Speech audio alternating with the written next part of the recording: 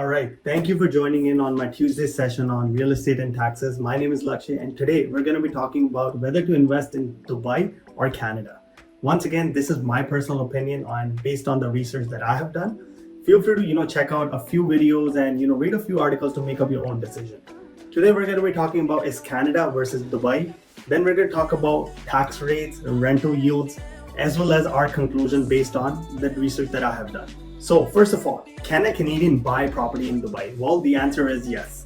You can buy property in Dubai in any of the zones that are designated for you. It could be freehold zones that allows all of the foreigners to buy. There's 4% tax registry fee that you need to pay, but there's no other tax. There's no HST like Canada. There's no other capital appreciation tax if you buy it individually. There is no capital gains tax. All of this is not part of it anymore. Now, let's look at what are some of the benefits of investing in Dubai. Well, there's no personal or capital gains tax, which we all know, but investment opens a path to migration in Dubai. It actually opens up a lot of opportunities. There's 10-year golden visa, and then there's also 2-year visa based on how much you want to invest. There's potential to very high rental yield. So the rental income that you collect in Dubai is a lot higher than anywhere else you would see. And the off-plan properties, which is also known as pre-construction in Canada, it allows you to buy today and then pay deposits until completion. And once it's completed, potentially you have a chance of making a big profit by the time it's completed.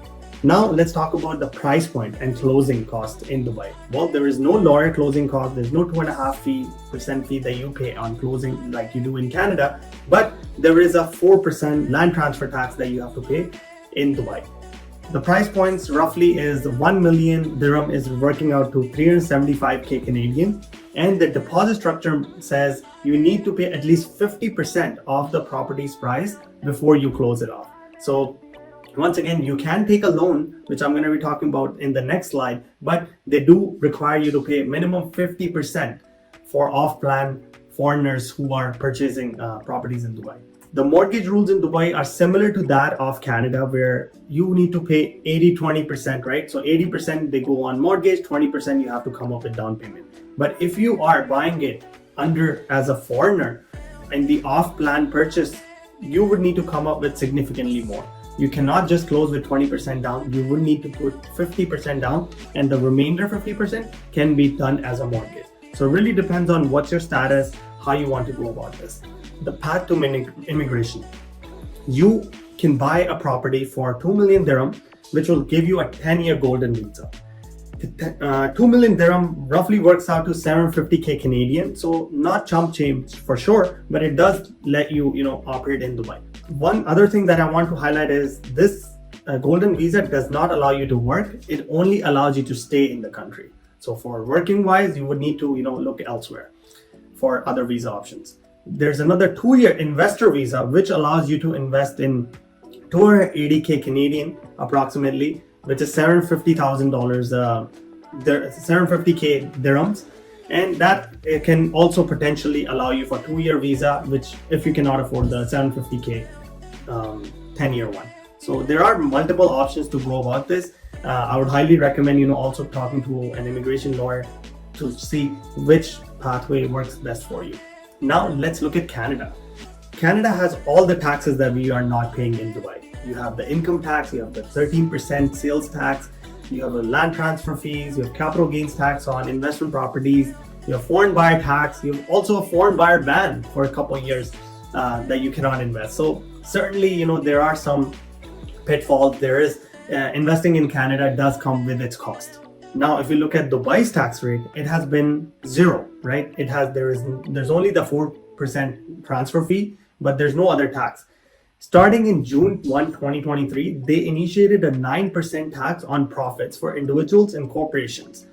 This is only for commercial activities. So if you have a business or you open a holding corporation, we have 10 rental properties and you're collecting rent in your corporation, only at that time, you would need to pay this 9% tax. Otherwise, if it's just under your personal name, then there's no capital gains tax, and then there's no tax on rental income either. So make sure to structure it right so you don't end up paying that 9% tax.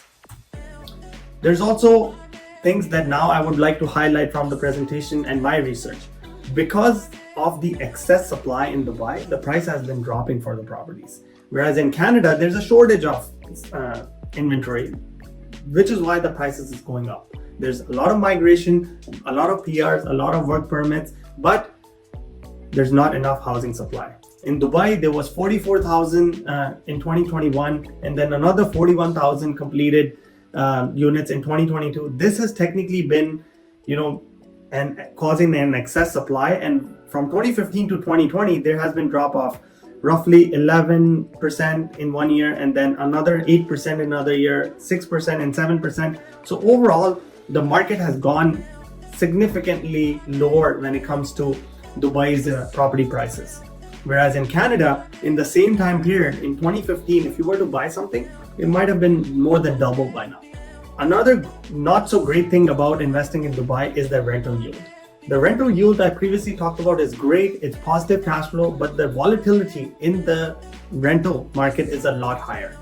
A lot of people are actually giving their units for rent, but the rent goes down as with the other markets. What do I mean by that? If let's assume US had a recession and there was lots of layoff, Dubai would also lay off the people who are working there, and that chain reaction would cause the people to leave the country. Once they leave the country, there's not enough people to rent your unit, and that is what causes the rental market to collapse. I have a few clients that have basically taken a big drop in rental market as well. It's great for someone who is not looking for capital appreciation and wants consistent rent and positive cash flow, but it's not so great if you're strictly just relying on capital appreciation. Canada offers a lot more capital appreciation when it comes to property prices than Dubai. The rent increase law, you can definitely read about it. They have basically capped the increase in rent from 5% to 20% based on how your average market rental rate is. So certainly there are some rent restrictions. It's not like no rent control like in New Brunswick, where you can increase it. You need to be working under the law and tied against the market rates that they have provided. Now, this is my favorite part. This is my favorite slide. We're over here comparing 3 properties in Dubai versus 3 properties in Canada. In Dubai, if you were to buy a property in 2008 in Khalifa Towers for $500,000, you would collect roughly $65,000 rent on an annual basis. But over time, this would technically go down to $42,000 and then to $50,000. So you see how there's volatility. And when the time for sale came after 6 years, in 2017, actually not even 6 years, almost 9 years, the sale price was $800,000. So you made some profit of $300,000. But if you look at the other 2 properties in Almond Tower and Emirate City, the purchase price was roughly $375,000 and $310,000. And look at the rent. It started off with $45,000 and $38,000, and then the rent downtrend took a hit and brought it down to $28,000 to $22,000, right?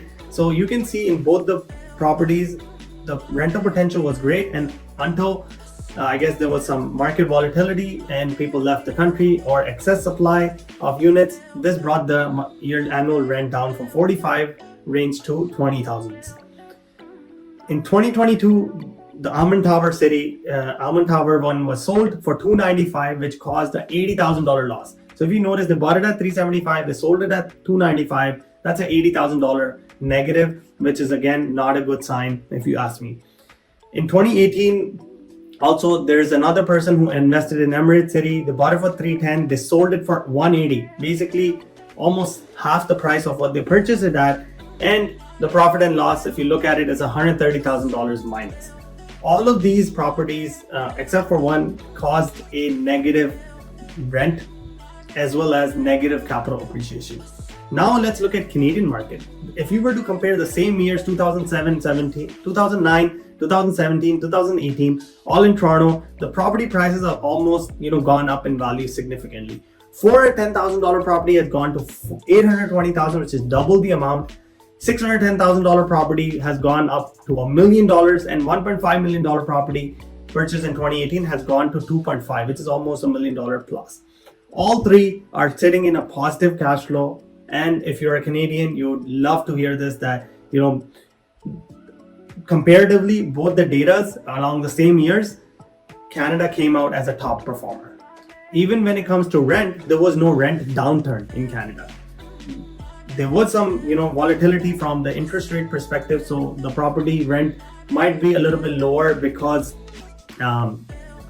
or the positive cash flow might have become reduced, but you still come out as a winner because the capital appreciation is so high. Now, my final words in the feedback slide is Dubai market is like Bitcoin. It is very volatile. Whether it comes to rental yields, whether it becomes to capital appreciation, it really depends where you're buying, what cost you're entering in, and how long you want to keep it for. It's a great investment opportunity if you want to park your money and get annual rental income return. That is a great option if you want to go that pathway. But if you are looking at strictly from the capital appreciation point of view, I would highly recommend consider your options in Canada as well. Another example from my client is they had bought a studio for $180,000 Canadian and then sold it for in 2023 for $140,000. That there was a $40,000 loss. But in Canada, if you were to buy a $130,000 unit in 2016, that might be more than double in 2023. Even the rental yield was 7 to 8%, which is great. Positive cash flow, again, a great plus point for Dubai. But the rent in the first year was $22,000 annually, which dropped to $8,000 in the last 3 years. So again, a big drop in rental, a big volatility in the rental market. Again, capital appreciation in Canada, I would say, is stronger than in Dubai. Finally, I want to leave off today's presentation with a small chart for the top 5 cities that I would like you to keep an eye out for. Out of the 5, 2 are 3 are from New Brunswick region and 2 of them are from Ontario region. But if you look at the 1-year growth and 3-year and 5-year growth, in 5-year in New Brunswick, the price have almost doubled in the last 5 years. In 1-year growth in Greater Moncton area is roughly 26%. And the lowest I'm seeing is 20% in 1 year. In the 3-year part, the lowest I'm seeing is 50% growth in real estate prices. And 5-year, also I'm saying minimum, roughly high 50s, which is roughly 58%. So 5-year, you've almost doubled the price of your real estate in Canada, whereas in Dubai, not so much. So with this, I'm going to wrap up today's presentation. Thank you once again for joining. We'll see you next week with a brand new topic. Appreciate it. Thank you.